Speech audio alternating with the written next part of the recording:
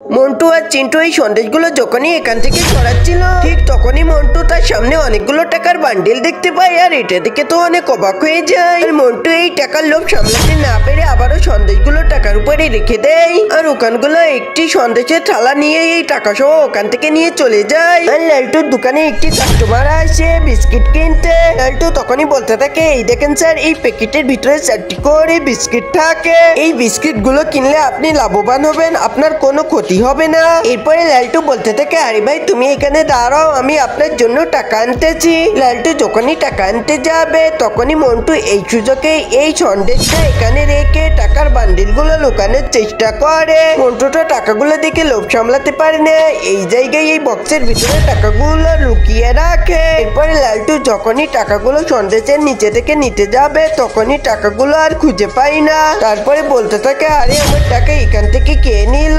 এই চিন্টু, এখানে তো অনেকগুলো টাকা রেখেছিলাম, তাহলে টাকাগুলো এখান থেকে কে নিল? চিন্টু বলতে থাকে, আরে মালিক, আমি তো এখানে কোনো টাকা দেখিনি। আর মন্টু এখানেই দাঁড়িয়ে দাঁড়িয়ে বলতে থাকে, আরে বাবা, এই টাকাগুলো তাহলে মালিকের ছিল।